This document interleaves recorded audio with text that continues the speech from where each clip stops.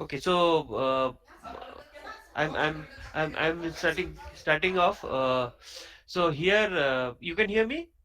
You can hear me.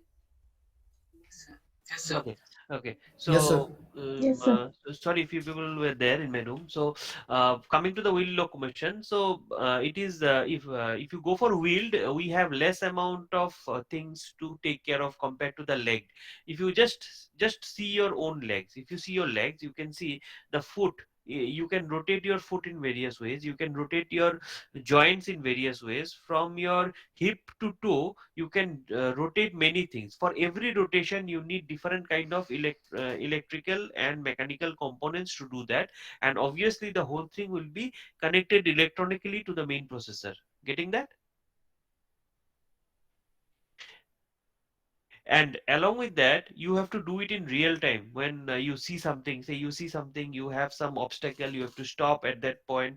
You see, when you are walking, you may see suddenly a stone may come in your path, somebody may run into you and those things. So you take care of all of these things while discussing that. So here you have to have a processor working in AI which is able to respond fast. Okay, so those issues are there. So when you have so many issues to be taken care of compared to the leg, because you have so many angles and rotations and other things, the wheel motion is much easier because if you see, if you have a simple set of wheels, it can go forward, backward. Now if you want to do the turns and other things, you need a bit more. Many of you have seen remote control cars. So in remote control cars, what are the different controls you have? Can you tell me? In any remote control car, from the सबसे सस्ता वाला to सबसे महंगा वाला, what kind of different controls you can have?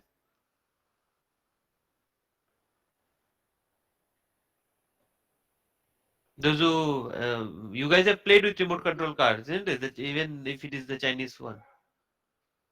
It Yes, is sir. 10:30 and people are still joining. So what are the controls?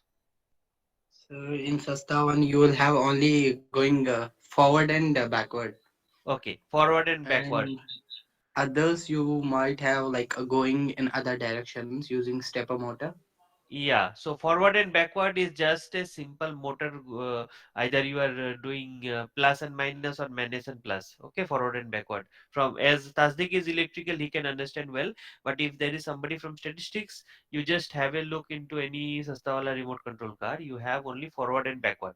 So if you push the joystick front, it goes front. If you push the joystick back, it goes back. So means you are giving some electrical voltage and motor is rotating left to right or right to left. That is simple as that. So as motor rotates left to right or right to left, the wheels go forward or wheels go backward. So that is simple as that. And now if you go for a bit costlier one, you will see that the wheels along with going forward and backward can turn left and right. I hope you have seen the second set of things, isn't it? Where the joystick can go left and right. So you'll have two Yes, joysticks sir. instead of one joystick.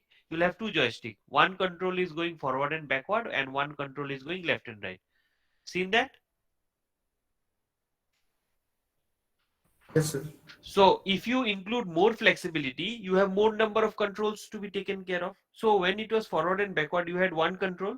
So that control moving forward and backward. When you had say left and right included, you had two controls, one for left and right and one for forward and backward. But what you can extra do, you can use them together, left and right along with forward and backward, and you can move the car in circle, isn't it? You can rotate the cars in circular motion. Can't you do that? You can rotate it clockwise or you can rotate the car anti-clockwise based on left and right and forward and backward together. Have you seen that?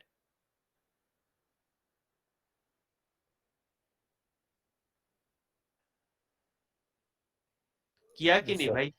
So if you have done that, that you are doing with your brain is being applied and your hands are being applied. Now, when it is a robot, these things will not be applied by hand. The processor of the robot has to do this, and it has to have some level of intelligence like you to do that. Getting? So we may have voice controls, or it may be that we may just give the target that go and pick up the these items whichever are there. So it will scan for some items, it will rotate here there to go left right and pick up those items. So control using wheels is much easier compared to with leg motion. Provided you have more degrees of freedom in legs, you have more issues. But in wheels, you can have, say, simplest is the one where it goes forward and backward. A bit more, you can have left, right, along with forward and backward, and so on. So it is little easy to implement as there is less stability issues compared to this. For example, for the other one, and those who have seen the cars, uh, you might. Namonita is joining at 10:30. Okay, so you have these different things where you can have more number of wheels. Still, you have each wheel going left and right or forward and backward only. So there are different power efficient models compared to this leg motion. One is the standard wheel, where this uh, standard wheel rotates around the wheel axle. Means just like the car I was giving the example of. This is the standard wheel, and the caster wheel here it rotates around the axle and offset steering joint. It is like the second one that I gave. It rotates around the wheel axle also, it rotates, so it goes left and right, and the offset and steering joint both. And then you have the Swedish 45 degree, Swedish 90 degree. So you have omni wheels, they rotate around the contact point. So you have more number of flexibility in this 45 degree or 90 degree rotations are there in the wheels. But the more number of flexibility means more amount of complex controls has to be included. And the most tough one is this ball and spherical wheel. It is omnidirectional. You can rotate the ball any direction you want, but it is very difficult to implement technically, because at that time you have to handle, just like, see, we when we use the mouse, what we use, if you use the mouse, you see where the mouse cursor lies in the screen, and based on that you are rotating the mouse. So you have a hand-eye coordination and your brain is taking the decisions. Just say, see how you are handling the mouse of your computer. So when you are handling the mouse, I'm telling that handheld mouse thing. Now earlier it was ball mouse, and now instead of ball mouse you are having the laser mouse. But in both cases it's the same thing. You see the position of the cursor and rotate. Still people are joining in. It's 10:35. I said that I would leave you 5 minutes before 11. Anyway, so you have this ball or spherical wheel where you can see it. See, okay, I think you can see my cursor. The mouse you can see, isn't it? You can see my mouse, or I think, okay, I'll just change the color so that you can see the mouse. So you can see this mouse I'm rotating here. So Yes, here sir. I'm seeing and I'm rotating. Like here I can write, say, anything, TRI. So here I have a control. So I'm seeing and writing. I have my hand which is doing that, and I have my eyes which is seeing that, and I can see that I want to underline it requires, so I can underline here. If I have so these kind of things I am able to do because I have a hand-eye coordination here, and my brain is taking the decision. So when it is a ball or spherical wheel, it can do omnidirectional movement. You can do left, right, it can rotate, anything can happen like that. Any kind of rotation, you can go front, you can go back, you can go left, you can go right, you can rotate, you can circle, any kind of thing you can do. But the issue is what? The issue is that here uh, you have means this is okay, but uh, problem what happens here is that if you do it programmatically, it is very tough. Why? You have to give the coordinates, and it has to move with respect to coordinates. And when you have so many coordinates in the screen space, and difference is that here all this wheel movement have to be done by a processor. So the processor has to be very fast as well as very quick decision maker. So the AI also has to be very strong for this implementation. So this part is a bit tough to implement, but people are doing that also nowadays. Okay. So this one is very simple. I had told about this. Say slip and skid. You have seen the tanks. It is this kind of movement where this the robot is steered by the moving tracks, and the advantage is that you means whether it is a rough ground or any ground which is a very tough kind of thing. Still, this one works, and it is having good stability because you have a huge area of contact. The whole skid motion is based on, you can see the, just like in tanks you have the whole this chain thing, the whole chain occupies the uh, ground. So though there are many wheels rotating, you don't need to give different commands to different wheels. They are all having a same set of commands, and maximum you need to rotate in the front, you need to rotate left, right, and you have this front and back, just like the cars I was discussing. So here this motion is easy, but if you include more degrees of flexibility, again you have complexity in the design. Otherwise it's very simple kind of thing, and it has more contact, so that is the main advantage of this. Now coming to the robot components, the first one is power supply. Obviously without power supply nothing works, so they can be powered by batteries, solar power, hydraulic and pneumatic power sources are there, but we normally do not use much there. But what we do here is that we convert one form of energy to another. If we have pneumatic controls or you have hydraulic controls in a very big robot which is there to do heavy duty job, you need to do the energy conversion here. But normally we don't give a hydraulic power or a pneumatic power source directly. Okay. Next are the actuators. These are the actuators which convert energy into movement. So the different means you have the electrical power where the motor is being rotated, along with that the movement is being done in forward or backward. Then the electric motors, obviously here once it is a robotic arm or robot or any robotic car, anything that you have a lot of rotational movement required, and as you have rotational movement you can't do without electric motors. Then your pneumatic air muscles. I hope some of you have seen the movie Real Steel. Anyone? Real Yes, sir. Steel. So those who have not seen, you can see there is this movie is about robots doing boxing. So there you have the thrusters, and you have air thrusters and pneumatic air muscles, just like the example I was giving for the bikes in the other day. You have the air thrusters. The difference is that in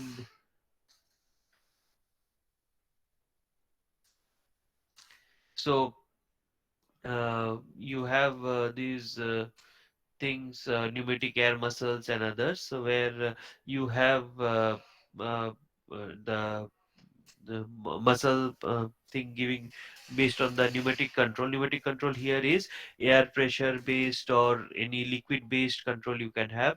So here they when the force comes, they absorb the shock, as well as they are able to give more thrust to the thing. So if it is like the movie there I was giving the example, there the boxing is done, here whole power is converted, a huge amount of power is converted to pneumatic power, and the robot is able to box the opponent and other things. It is same as say you have beaters automatic beaters means continuously something will beat the things, uh, or like those who have this different kind of uh, you have seen the JCBs working, where the JCBs when they lift the whole thing, they put a force on the ground and lift the, say in one side you are having the bulldozer kind of thing, another case you are having the excavator kind of thing. So there you have to use both sides of the JCB, or whether it is Kobelco, you are having different companies working on that, and more power, more systematic things are there. So there are a lot of things where you have these pneumatic muscles. Only difference is that in robots you can have very small pneumatic air muscles also for very small controls. Okay, so they contract when 40% of air is sucked in, and again they expand. So you have muscle wires, so they contract by 5% of electric current.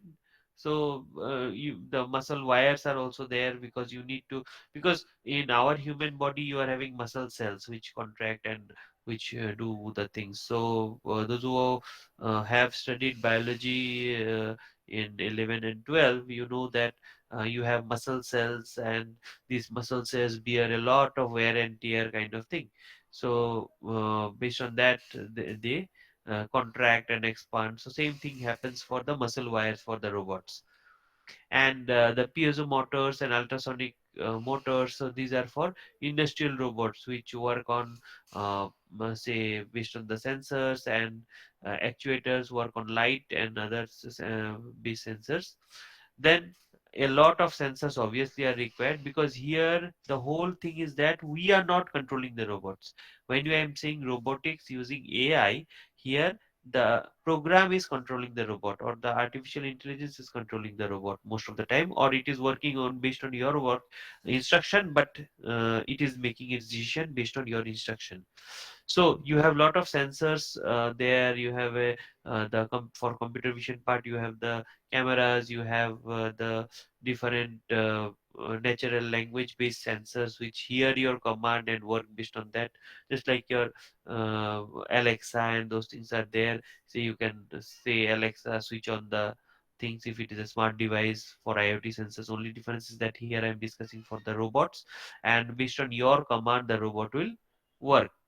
But main issue is that whatever sensors are there or whatever actuators are there, the power supply has to be there. Sensors and actuators will do the jobs. You have the pneumatic air muscles, piezoelectric sensors, and other things to work for you. But the most important part is the artificial intelligence part, which makes the decision for the robot. So a tactical sensor may imitate the mechanical properties of like your human fingertips we touch, whether this is a soft thing or a hard thing. So based on this sensor, we know that it is soft or hard, whether it is good quality or bad quality. Automatic quality analysis you can do using the robots, but ultimately the system is getting what, zeros and ones. Means when the robot touches an apple and it is asked to say whether the apple is soft or good quality, or hard or bad quality kind of thing. So the sensor will touch and will send some voltages back, and the decision making will be done by the AI. Okay, getting this?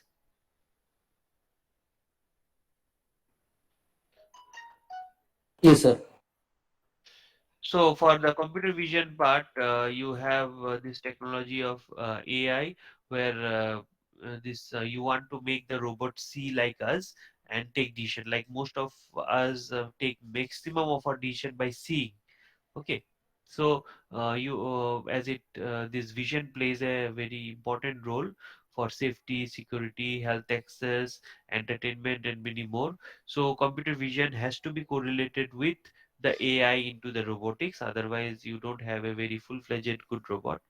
So it extracts, analyzes, then comprehends the useful information from any image or array of images, and it analyzes the things.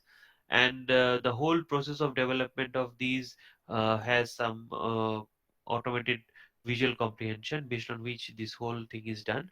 So you may have a lot of image processing and computer vision and video processing into this, and based on which the AI makes the decision making. Since it will receive a lot of computer images constantly from the cameras, because you can't replace human eyes. So what you do, you are putting a set of computer vision based analysis via engaging different resolution cameras throughout.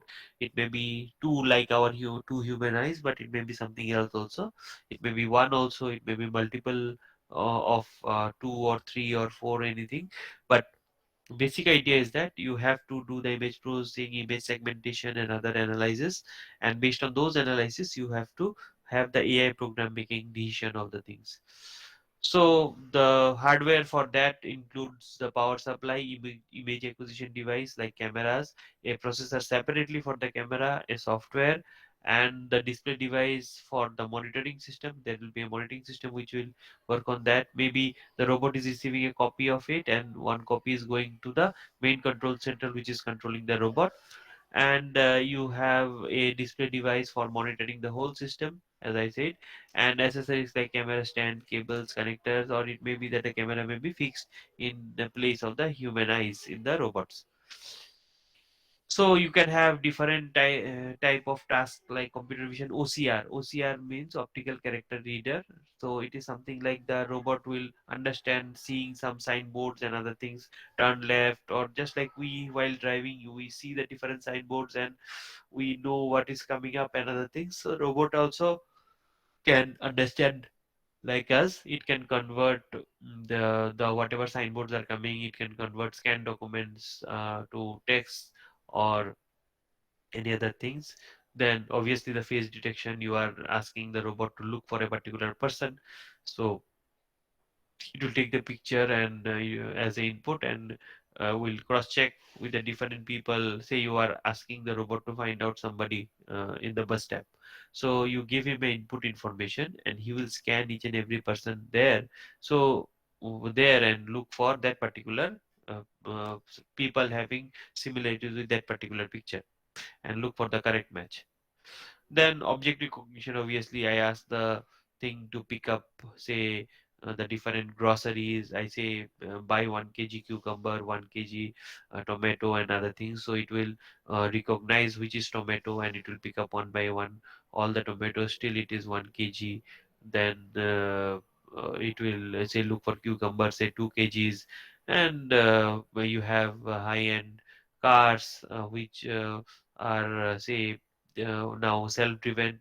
So self-driven cars need object recognition and obstacle handling. And for estimating the position where, so for self-driving cars again, you need the computer vision or GPS where you need to find the estimating the position, or in case for biomedical imaging, you are looking for cancer say or tumor in say lungs or brain or other things, you have a computer aided design. So for those kind of things, and if there is a removal of this tumor via automated or telemedicine kind of options, so there you have to estimate the position and do the needful. So different domains are there. So these are the various domains, and that is not limited to this for computer vision, which is actually a part of robotics only. But separately also computer vision is working as a separate, and nowadays I have not put it as a separate entity because under robotics we are discussing computer vision, but AI is used in computer vision in various. So self-driving cars and those things are the basic example of that. So, do you have any say uh, uh, questions up to this? No, sir. No, sir. So, for applications of robotics, you have in industries, you can do handling materials, cutting, welding. These things are being done by robot because nowadays robots are replacing a lot of manpowers there. Sometimes it is not physical robots; it may be robotic arms doing the soldering for you, and many other things, or automated soldering process are there. Then in military operations, they are there. A lot of say regions where you cannot go, you send the robots there. So that is one of the options. And in medicine, obviously, for disabled people and say performing complex surgeries, then exploration like people where people cannot go in Mars mission, you have the robots going for underwater drones are doing, you have air drones also doing things. So we are having a lot of options there. And you have entertainment, the engineers of various animated, not only Disney, Pixar, and many more are there which are working. So for movie making there are many options there.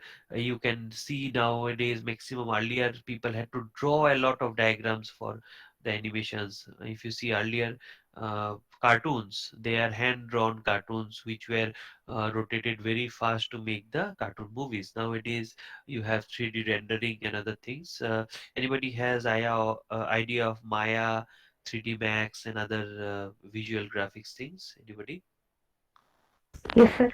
So Nowadays video animation is one major thing, and nowadays for VFX also, many times what they do, sometimes they put human bodies with those kind of sensors which are recreated as animated things, or you can have a robot doing the things. You'll put the things on the robot and it will work. So Star Wars is one of the biggest example for that.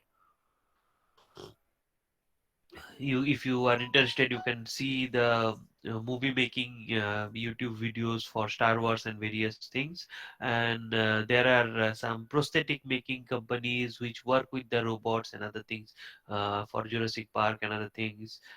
You have one, I forgot, Stan Wilson art or something like that. They make the prosthetics for different, say, Godzilla, then this Jurassic Park and other things. Along with that, they attach a robot there, which means they make the full model of it, and they use the VFX and combine the whole thing there. Okay. So I'll discuss the NLP in the next class. So till this, I was thinking of starting the AI, this NLP part today.